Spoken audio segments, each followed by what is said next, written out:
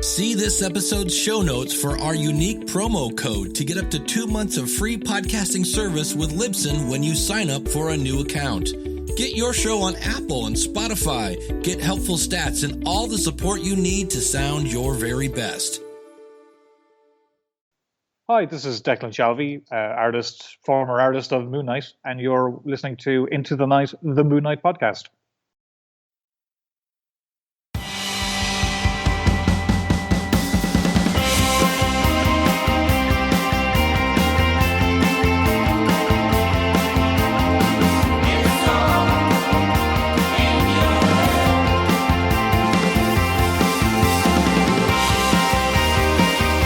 Yes, welcome back, loony listeners. You are listening to Into the Night, the Moon Knight podcast. You are listening to episode 305, and you are with your High Priest, Akonchu Ray. Hello, everybody. And a little bit of a later release of an episode. I must apologise. Was a little bit under the weather, coughing a little bit, as well as work. Oh my gosh, I'm sure many of you know work has just been, in your respective works, it can be so unrelenting. So things have been quite busy. Podcasting has been, unfortunately, been put on the back burner, but I am here now. I'm very excited. Wanted to release this, and it was for a waxing gibbous. So you might see up in the night sky, it's no longer a waxing gibbous. I think it's a full moon, actually, but I wanted to keep with the original date set for this. So that was a waxing gibbous, and that means we are in for an other side of the moon, meaning it's a chance to look at other works by Moony Alumni. So whether it is, Doug Mensch or Greg Smallwood or, David Finch, Shirley Houston, or Declan Shalvey, now's an opportunity to actually, broaden our scope a bit. So this isn't really directly a Moon Knight episode, but it will be on Old Dog from Image Comics, written and drawn by Declan Shalvey. So many of you, of course, will know Declan's work from the 2014-2015 run with Warren Ellis. This is exciting. Others would know that I think our last Other Side of the Moon, we did do another Declan Shalvey book, which was an OGN. I think it was Bog Bodies, and it had Sparky Malarkey joining me for that one. So I don't know. I picked this one. It just coincidentally happened to be Declan Shalvey again. I wanted to try something new and review like a new release for an Other Side of the Moon. So in hindsight, I could have gone for anything. I could have gone for Jed MacKay's Iron Cat, which I'm enjoying so much at the moment, or it could be on Strange, which I absolutely love too. The recent issue by Jed MacKay, I think it was issue 6, I believe. It was a Wong-centric issue, which was, just fantastic. But I've been looking forward to Old Dog for a while. I pre-ordered it from my LCS, my comic book store, and it finally dropped. So yeah, I just want to chat about it, and we do have some listener feedback as well for that. Before any of that, of course, a big thank you to all our patronies. Thank you so much. Around this time, episodes may be released a little bit more sporadically. I do apologise. Here in Australia, we are in daylight savings, so it just makes it a little bit harder to coordinate, I guess, with our friends, our fellow loonies over the pond in the US. I love chatting with fellow loonies there, but the time difference is even greater. So it's either a really, really late start for me and a really, really early start for US loonies. So there might be a couple more Rambling Ray solo efforts, but fear not. I think in the next couple of 2 episodes coming up, I have managed to secure some fine loonies to chat with, but a bit more on that later. A huge thank you, of course, to our patronies. Thank you so much. Thanks for sticking with us. Moon Knight is still way out there. and it's still as popular as ever. I've got a bit of white noise, which I'm sure you'll be very happy to hear. But a big thanks to all our patronies, most notably our principal sponsors. So our top tier patronies: Odin Sword, Drew Toombs, Daniel Doing, Frank the Tank, and our gracious sponsors LCZ Comics from Collectors and Dreamland Comics from Schoenberg, Illinois. So by way of white noise, let's get into it. And there are two bits of white noise I'd like to raise with you, my fair loonies. The first one being, I believe the tweet has since been deleted or removed from Twitter, but some exciting news from the man himself, Oscar Isaac. Now, he stated apparently at New York Comic Con, which was on from Thursday through to the weekend, I believe, just passed. And he did say, I quote, "All I can say is that this isn't the last we've heard of the system that is Moon Knight." Now, isn't that a delicious piece of news for us loonies? It's cryptic enough to mean anything. I mean, the doubting Thomases would probably say, the last we've heard of the system. It doesn't necessarily mean that we will get another season. Maybe he'll be mentioned. Maybe his name will be dropped in subsequent TV series by Marvel or the MCU or by some movies. It might be as little as that. I like to think that it's something more. I like to think that Oscar is indeed off the back of that, and that Instagram video of Muhammad Diab's daughter, that they are indeed in pre-production, or at least the seeds of season 2. So hopefully that's a bit of good news for all the loonies out there. I am certainly looking forward to a season 2 of Moon Knight, a very different Moon Knight, as we all know, from the comic book iteration, and take it as you will. I know there are some very dedicated and passionate loonies that weren't big fans of the show. I mean, fair enough. But all I can say is that, we still have the comics. We still love Moon Knight on the drawn and written page. So, the TV, the appearances in the movies, for me, is a bonus. It's not the be-all, end-all. We still have him, rampant in the comics. He's been guest appearing everywhere, so great stuff there ahead. The other little bit of news I received from my good friend Russell, and I do believe the leaked photo, well, I've seen it about a little bit, and it had been leaked through Reddit. So in the Reddit forum, I'm not too well versed in, that kind of platform, but a lot of conversations are had, I'm sure, about Moon Knight and such. But it's shown that a re-release or a release of a new Moon Knight figure by Marvel Legends Hasbro will be released shortly, looking very similar to the Moon Knight Hasbro figure. Not the Walmart's exclusive white Moon Knight, but the one that came before that, which was part of, I'm going to say, it was part of like a Spider-Man wave, and it had a baff of the Vulture. So you'd get parts of the Vulture. Very much heavily influenced Declan Shalvey, coincidentally, designed costume. I had a look at it looks very similar to me. I did see some slight differences, most notably in the kind of the belt region, and also down his thighs.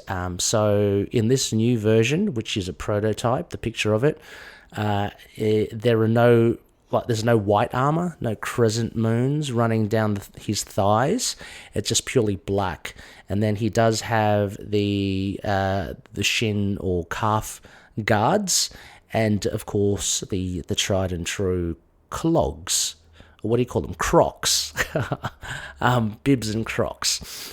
Also as well, I've noted, I do believe in the original, well, when I say the original, the older Hasbro figure It did come with truncheons, which could connect to become a staff. From the photo that I've seen of this, it looks like you'll get a staff as well as truncheons, as well as a large crescent blade, as well as 3 crescent darts. So kind of similar to that release before, but just a little bit different.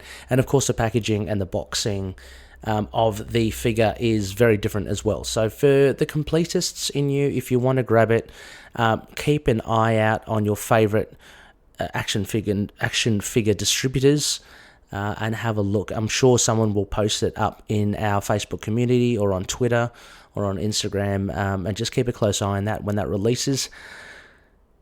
Having just described it now, I'm thinking more and more that I might get it myself, why not? I mean, I've already got duplicates of Moon Knight as an action figure. What's another one?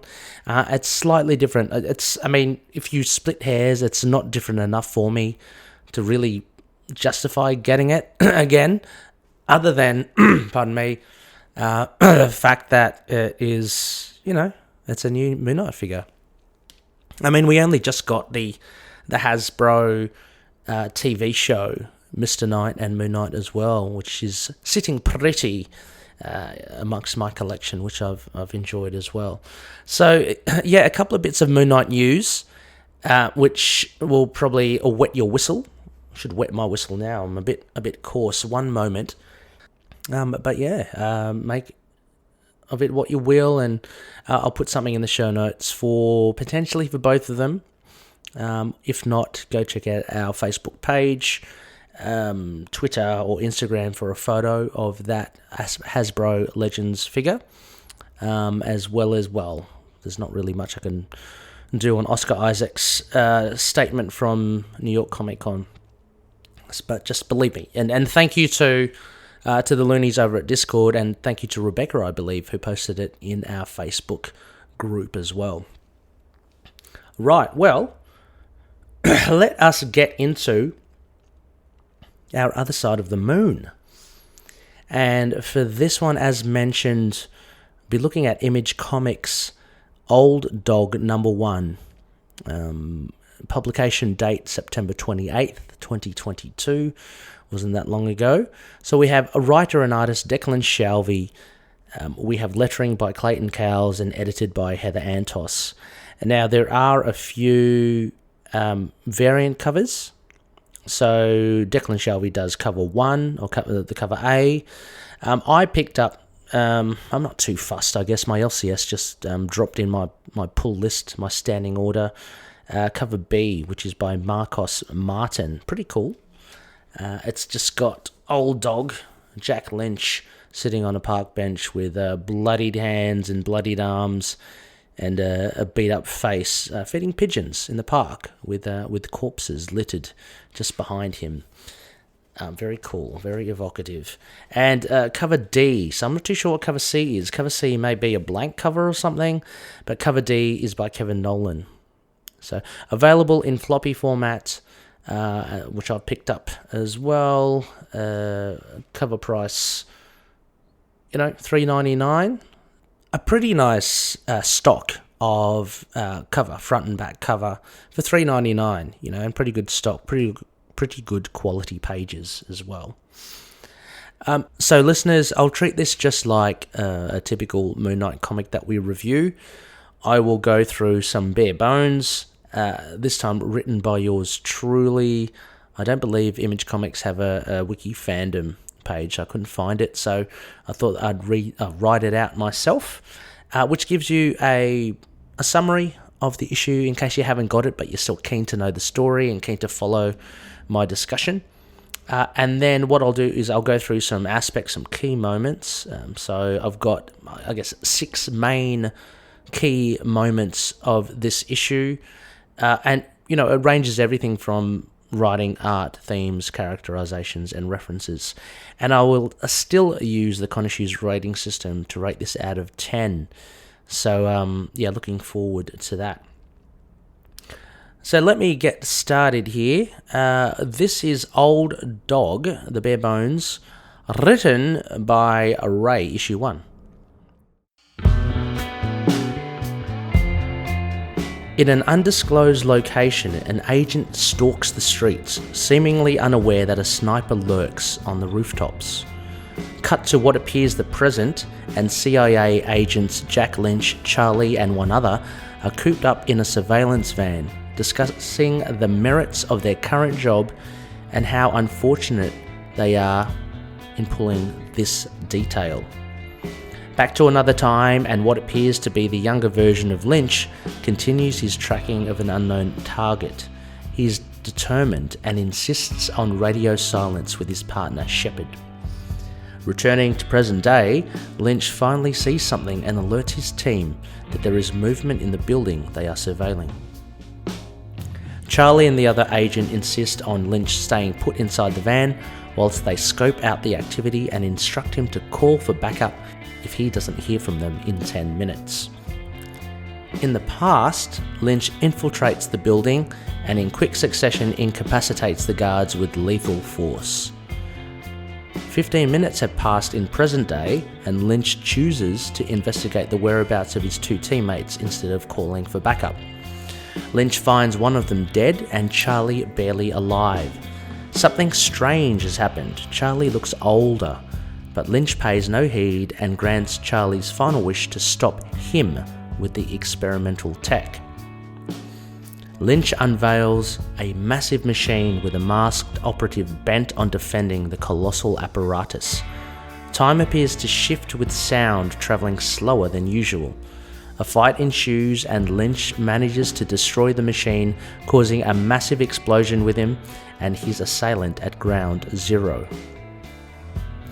Back in the past, the young Lynch finds his target, but is then shot by the sniper who had been tailing him. The bullet gashes his face. Back to present day, and Lynch recovers from a coma that is 8 years long. Things aren't normal as his appearance fluctuates from aged to youthful. A covert agency insists Lynch works for them, as he is now part of an arms race of an unprecedented kind. Lynch is finally convinced, and the issue ends with the Lynch of the past replaced with old dog Lynch. The wound on his face that came from the sniper bullet remarkably heals in moments, and the sniper is revealed to be none other than his own daughter.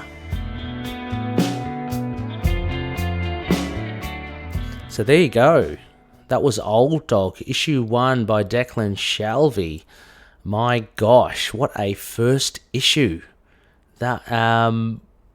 So look, overall impressions, I really didn't know what to expect. I'd only seen promo artwork of Old Dog. I didn't know the genre, to be honest. I thought it was going to be, I think I read somewhere that it's just going to be action-filled, potentially hyper-violent, and of course, art by Declan Shalvey, so you can't go wrong. I was, I guess first impressions, I was taken aback by the structure of the storytelling, and I'll get to that a bit later. But overall, I still enjoyed it. It's not your conventional storytelling. I thought I knew how it was going to be framed, but the content and I guess the twists in the plot really threw me and really subverted any of my expectations of what I thought this was going to be. So by way of setup issues, because this is obviously, we want to establish Jack Lynch, it gives enough of his backstory, which, are just juicy, are rife for fleshing out later on. It just kind of hints at stuff, hints at Suzdal, and hints at his family being slain, that sort of stuff. He's checkered past. He definitely has. He's an old dog when we kind of see him in the van with his teammates, and he's doing this kind of bullshit detail, which one of them says. It's very boring work. He seems to have had more of a glory-filled potential past as an agent, but particular events like Suzdal which he cites, has relegated him to 15 years behind the desk. So something's happened. So that sort of stuff is a really good tease, I think, from Declan Shalvey. Yes, I mean, so this is one of the first points. I'm going to call it out. Lynch's mysterious past with Suzdal and his family. Now, this kind of informs you a bit later on as well. Number one, we don't know what the hell has happened with Suzdal. We know it forced Lynch behind the desk for 15 years. So potentially highly traumatic, devastating incident. I don't even know if Suzdal is like a fictitious country or city, or whether it is a person, that sort of stuff we'll figure out, I'm sure, later. But we know that this has had an effect on Lynch, and this is why he is as he is now. Pretty much disgruntled. I mean, it establishes it really well at the beginning in the van. So we have, I was looking for his name. He doesn't seem to be named. It's Lynch in the van, Charlie, and there's this other guy who seems to be one of the more talkative ones, talking about how this whole thing is very boring, how he has to work kind of late, he has to pick up his brats or drop his brats off to school. So a little bit of characterization for that fella there. But yeah, he's basically, Lynch is pulling a really boring detail. So it was good to get that interaction between all three of them, and Charlie even asks him about Suzdal, which kind of gives the reader a glimpse into the past of Jack Lynch. So that was quite exciting, and I said it was a nice tease for things to come. Hopefully that will be elaborated upon. I'm fairly certain it will be. Potentially, look, depending on how long this goes, if not in this first arc, then if this becomes a successful ongoing series, then it might be teased out throughout a length of time. But one of the things I wanted to point out, and it kind of links with what my last aspect, and I'm going to jump to it. Again, I will return to it when I get to it. So it's mentioned that his whole family is gone. They all perished. Like, this was part of the reason, again, why he is as he is. But we see at the end, Lynch has a daughter, and she seems very much alive. Now, again, you could be saying, well, that is those are scenes from the past, because it starts off as a younger Jack Lynch. But I tell you what, like, time and stuff really blurs in this, and this is the thing that I think Shalvey injects into this story, which is the massive point of difference. This, on paper, this could have been a stock standard kind of spy thriller, but by having this real play and manipulation on time, which we do see, and I'll get to again shortly, it really does change everything and how you see everything. So the first point was an establishment of Lynch's mysterious past, which I'm sure we'll understand. And this is what I was getting to. The second big, I think, moment in this issue is after Charlie and the other agent go to investigate the movement in the building, and they tell Lynch, if we're not back in 10 minutes, call for backup. We see Lynch goes, okay, so 5:35 in the morning, I'll call for backup. It's 5:40, so a good 15 minutes have passed, and Lynch decides, hell with this. Like, he may have called backup, I don't know. But to hell with this, he goes to check it out himself. And the striking thing here is that we see Charlie, and this is, again, when I did this on the first read, this is what threw me. I had to kind of like, what? And I actually had to go back a few pages and just make sure that I understand, is this the same Charlie? So in one point, I guess there is potential confusion there for the reader in following what's happening. But if you take the time to really have a look, and for some readers it's probably immediately apparent, but if you take the time, it kind of unravels, like reveals itself to be like pretty much a play on time. So Charlie is there, he's dying. If you look at the other agent, who was talking about his kids, he was talking about how boring this detail was.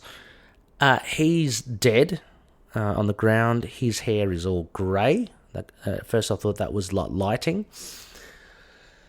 But you look at Charlie and he's got a full-blown beard. So this is only like moments later. This is like 15 minutes later. So something weird has happened. And again, I call back to... to be fair, I didn't really read much up on this to begin with, so I didn't realise this would be a sci-fi kind of spy thriller. I thought this would be a straight-up action spy thriller. But it seemed that Charlie and the other agent have aged. So that's the first clue as to what's happening. It seems simple enough, right? It seems that, okay, so there's some weirdo tech, because Charlie calls out experimental tech. Charlie says as he's dying with a neck wound, this was classified, experimental tech, massive energy source. Nothing else matters. Have to stop him. So I guess Charlie realizes the gravity of the situation. I mean, remember, those three didn't know anything other than they were just there to make sure no one leaves the building. But it's Lynch that finds the movement within the building. They decide to investigate. Charlie's figured out that something pretty serious is there. And he's older. So that's a first inkling into some sort of time displacement, some sort of time shift. And then the very next page we get, and again, I've got to talk about the art. The art I love throughout. The colours are beautiful. The artwork is vintage Shalvey, shall we say. But we get a hue of green, so we get this notion that this room is, the lights are going off or something. We're in a very different environment as well. And to potentially further confuse, at the same time to reiterate what is happening, we see Jack Lynch shouting out to the guy at the machine. But it's an empty word bubble. And then by using that, the next panel, you have Jack's... he's stopped talking. There's no word bubble, but his voice carries. So there's something really weird there. I thought that's something to do with time shifting. Further thinking, the sound is traveling a lot slower than usual. I mean, speed of sound is pretty quick. So all these kind of questions, something is happening. There's some sort of manipulation with this device. And again, it happens throughout these 2 pages. Jack says something, empty word balloon, but the words come later on. As he gets hit, he's saying, drop that. But when he says it, when the words actually come out, he's already struck by the knife. Then just a whole heap of, I guess, silent fighting, which is really cool. I like the whole grizzled grizzled Jack look. It's really good. I did note as well, so around this time with the interchangeable, and this is one of the other points, the dual storytelling. So we get again like another clue from Shalvey, and what he wants to do is to set you up with what you think you know. So in this case, you slowly come to realise that the other story in the past, which opens up the book, is probably Jack Lynch, right? And one of the telltale signs as well is that he's got this huge scar that runs down the right-hand side of his face, from his eye to his mouth. You see that in the front cover, like the regular cover, Declan Shalvey's cover. So you immediately associate, okay, this is Jack Lynch, fair enough. But it's a younger-looking Jack Lynch, so it's got to be in the past. We're looking at his past. Maybe we're looking at how Suzdal or how his family, something that made him the way he is. Now, that's what you expect this story to be, but this dual storytelling isn't really like that, because by the time you reach the end of the book, you get almost a melding of the stories. And this is what may cause massive confusions. Again, I had to kind of look back and I double-checked, what I just read and everything. So when Jack is revived from the coma 8 years later, it first looks like that he's the old Jack. It's a shot a bit far away, establishing shot showing him in bed with the two agents. It closes in on him looking in the mirror, and he's immediately the young Jack. So you're kind of thinking, hang on. So this machine has done something to him. The clincher to me is towards the end, basically the last page. And hang on, I should say as well that this scene in the hospital when Jack has recovered from his coma, in the space of 3 panels from one page to the next, he's a young Jack, then he goes back to the old looking Jack. And he's also the Jack with the scar on his face, which could easily have come from the gash that the young Jack, actually I'm starting to confuse myself, because the young Jack at the beginning had the long scar already. But what I'll say is that by the time we get to the last page, which is meant to be in the past because we left it with the young Jack being shot by the sniper, it's now the old dog Jack. And so this was a very big what the F moment as well. Around the last third, I think, of the issue was what the hell is going on. And we get the reveal, again, as I mentioned, of his daughter, whom he had mentioned earlier in the issue, that his whole family was slain. So there are many questions here as to what exactly is going on. Is the young Jack and old dog Jack, are they kind of like the nega bands, if I say, of Rick Jones and Captain Marvel? Do they swap positions in time and space? So do we get the old dog Jack swapping with young Jack back in the past? We get a glimpse of young Jack in the present, but then he reverts back to present-day old Jack. Having said that as well, I guess what does that mean? I mean, is this what the machine has done, or are we looking at? It's just weird because it's not linear in any way. In the fact that you can't just say that the machine has affected him in this very rational, logical way that he becomes old or young. Okay, he does, becomes old or young. Well, how do you explain then that his past self in this incident, how do we explain that is interchangeable too? What is also a question is that if you do start thinking, okay, maybe, because it opens with undisclosed location, undisclosed time. So then you start thinking, well, maybe this young Jack that we see in the opening, maybe this whole kind of gambit of him infiltrating that building and trying to assassinate that German, whoever it was, official or some sort of politician or whoever, maybe that was in the future or the present, sorry. And maybe that is, maybe this is the Jack with already the de-aging kind of power. Because he also has another one of the big points, I said here, old dog healing factor. He is similar to, you could say Wolverine or Deadpool in the fact that he gets shot across the face, and his daughter makes mention that, let me get it here, she makes mention that he's talking about his face. She said, knew it would grow back. All the wrinkles are back again. So it's a pretty substantial wound. She's not too worried because she knows that he'll heal from it.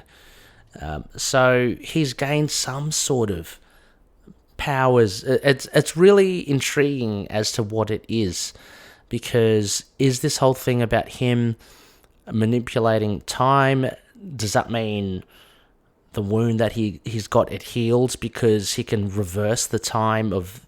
Can he compartmentalize or localize where he kind of changes his body? And the fact that, does his wound heal because it basically... Can he fast forward that? So it just fast forwards the healing factor. All these questions are very, very hard to know until you get to read the next issue, and I'm assuming that's what Shalvey is hoping to do, to tease the reader, to get them interested. Now, I did say as well that there is the potential of confusing the reader with this, because it's such an unexpected and, for me, an unorthodox and a unique. It's a very uncommon way to write a story. Once you get into time and all that, time travel and everything, it can get really confusing if you really get into it.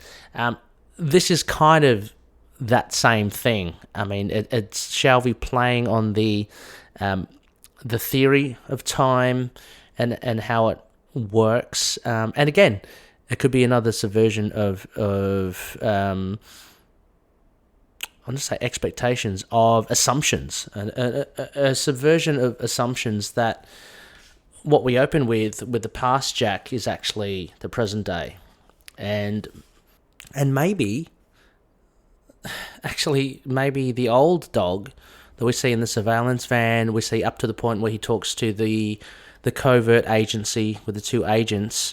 Maybe that's in the past, So it's totally flipped the script in that way. And for that, I would have to applaud it. I really did enjoy it. I haven't talked enough about the artwork. I think the artwork, of course, is absolutely superb. The colours are great.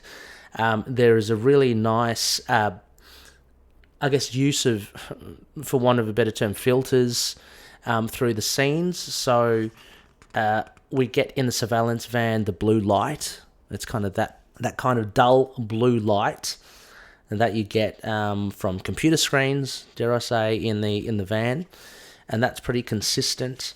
You get more of a warmer red, like dusk vibe when you're introduced with the young Jack as he kind of hops across rooftops and in what is Germany, you'd assume, or Austria. Or Switzerland. And so that stays consistent as well. You got your yellows and your reds and your oranges. Again, Shalvey's artwork, I just love looking at it. And then when you go into the subterranean levels, well, it seems like subterranean to me when he actually goes into the building. It might be the basement level, and he finds the dying and the dead team members. You get the green, which kind of evokes and ties in with the lighter green whites of the room with the machine. So there's really a lot of thought. This double splash page of Lynch when he fires at the device and he blows it up with the masked person nearby and him nearby.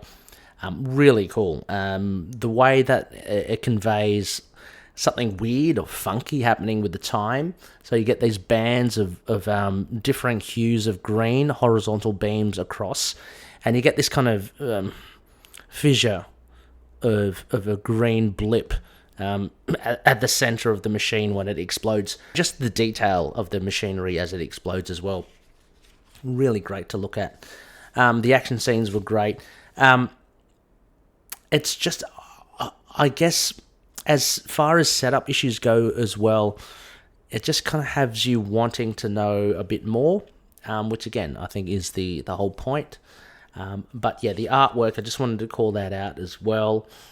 He's got a very, and if we are to look at, I can only talk about the stuff that I have read and influenced by as well. It's a mix of, Old Man Logan, Jack Lynch, and almost like Marv for me, because he's got that crew cut Marv from Sin City. But just really kind of a really textured face. I love the fact that our protagonist is mostly like an old dog, like a really seasoned, kind of think of Garth Ennis's The Punisher, Punisher Max, where he's Well, he's probably more than 50 here. Like he's looking like he's reaching 60, beyond 60. I like that because it's just so different from, the 90s and 80s action where they're just kind of buff, muscle-bound action heroes. There's something cool about an older guy being able to do it. Maybe I'm lucky in that because I'm an older guy now. And when I was a bit younger, I kind of enjoyed, the alpha males doing their thing. But yeah, I really enjoyed it. The artwork was great. Layout-wise, look, Declan plays with it as well. Nothing too broad.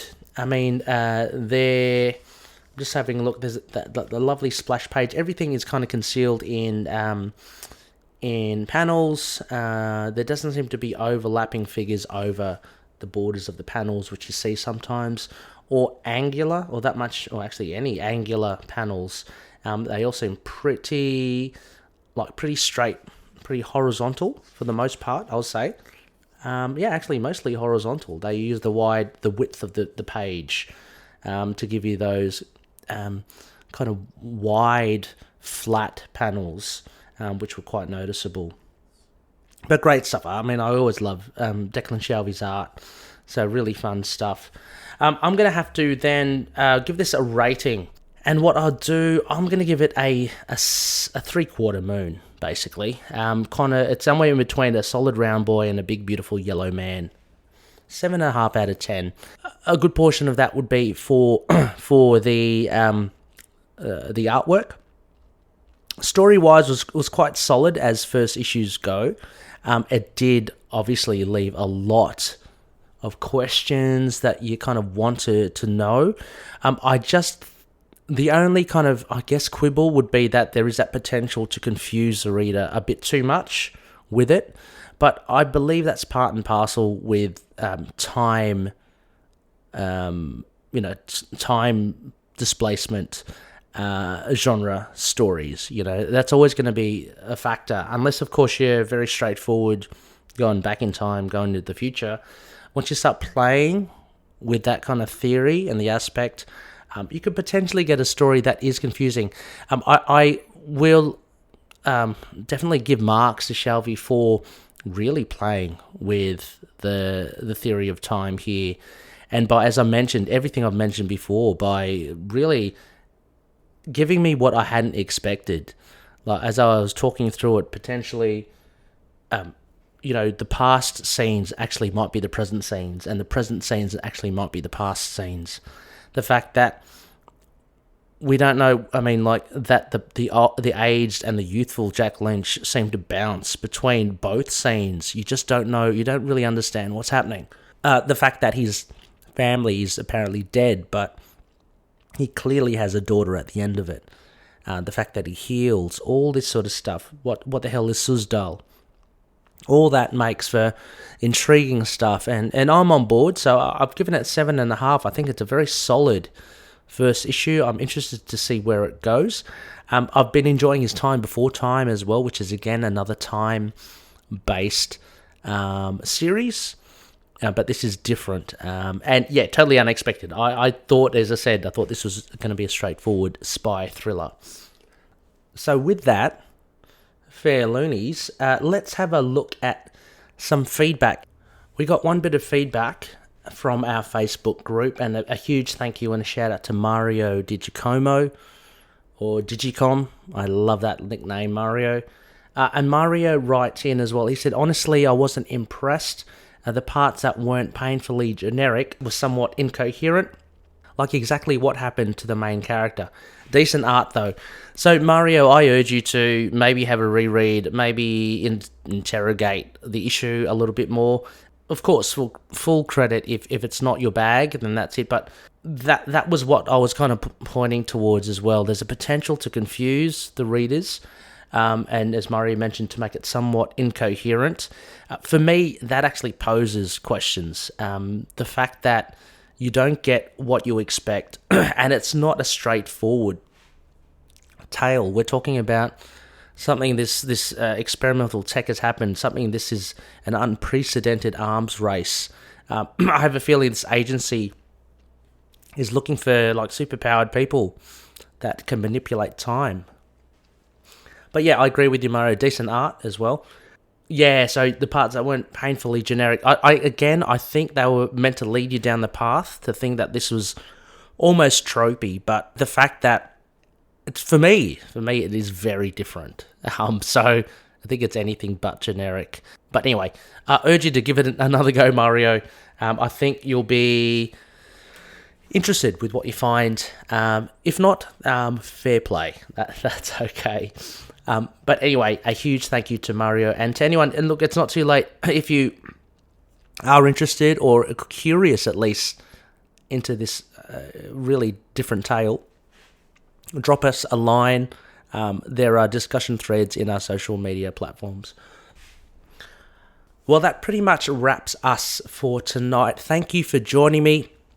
Apologies, I am going to have to edit the hell out of this. I have been coughing. I don't know, it could be the dry air. It could be from what I'm kind of recovering from. But thank you so much for joining. I really do recommend you give this a go. Tell us what you think as well. I'd be very interested. I'm always happy to chat. Next phase, it looks like we're back on a Lunar Pick Classic Run review. So, fingers crossed, I will hopefully have with me the likes of one of the top tier patronies, Daniel Doing, with me, creator of Fringe Night. And we'll be looking at the next Volume 1 from Moon Knight, which I believe is issue 22. Go check it out. I'll post up a discussion thread. We can get the discussion going for that. Once again, a big thank you to all our patronies. A shout out to the likes of Odin, Daniel, Drew, Frank, Justin, Derek, Wayne, Josh, Anthony, Russell, Michael, Mario, Matthew, and Jonathan. And you too can become a patroni if you check out patreon.com/ITKMoonKnight. Our principal sponsors again, Odin Sword. Go check out Drinking Marvel podcast. He and his brother do some fun work there, just chatting about Marvel. Frank the Think Tank, who you've heard last week, he's got an awesome new podcast, I Want to Fight It podcast, with his nephew, Pablo Candy Bar. Very fun stuff. Go check it out. They've got their Facebook page and group as well. As mentioned before, coming co-host Daniel Doing, please support his creator-owned superhero series Fringe Night on patreon.com/FringeNight27. We also have Tombs on SoundCloud or Lurk Music on Bandcamp. Go check out Drew's fantastic work, which reminds me, I've got to tap Drew for something, hopefully. We'll see how we go with that. You can support his stuff on soundcloud.com/tombs or lurkmusic.bandcamp.com. CLZ Comics doing great stuff there. They're now partnered with Cover Price to give you up to date market prices for all your comic book collection. Go check them out on collectors.com. And finally, Dreamland Comics, use the code MOON to get 20% off their online store. Loonies, I've got to get out of here. My throat is really itching. It's very uncomfortable. But thank you so much for listening. Thank you for taking the time. Hopefully this has been entertaining and useful. And yeah, as I mentioned, go check out Old Dog by Declan Shalvey. A big thank you, a big shout out to our collective members. Go check out all the shows there. It's all in the show notes. And you can contact us on the links provided in the show notes for email, Facebook, Twitter, all that sort of stuff. All right, I'm going to get a sip of water. Thank you once again. And with that, may Conchu watch over the denizens of the night. Catch you later.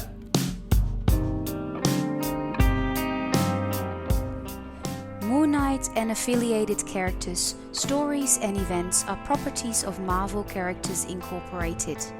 Materials used and discussed within the podcast are intended for critique and review purposes only under the fair dealing concept of the current Copyright Act. The views, information or opinions expressed during the podcast are solely those of the individuals involved and do not necessarily represent those of the copyright owners.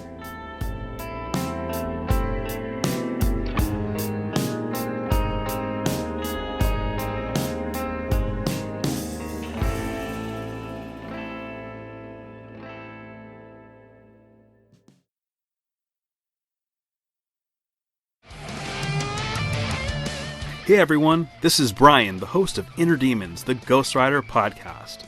And since 2017, Inner Demons has been the best place on the web for news, reviews, and regular discussion with our listeners about Marvel's Spirit of Vengeance, Ghost Rider. You can find us on Stitcher, Google Podcasts, Apple Podcasts, and many other podcast catchers, as well as on Twitter at InnerDemonsGR. Remember, listening to your inner demons is not always a bad thing. Ride on.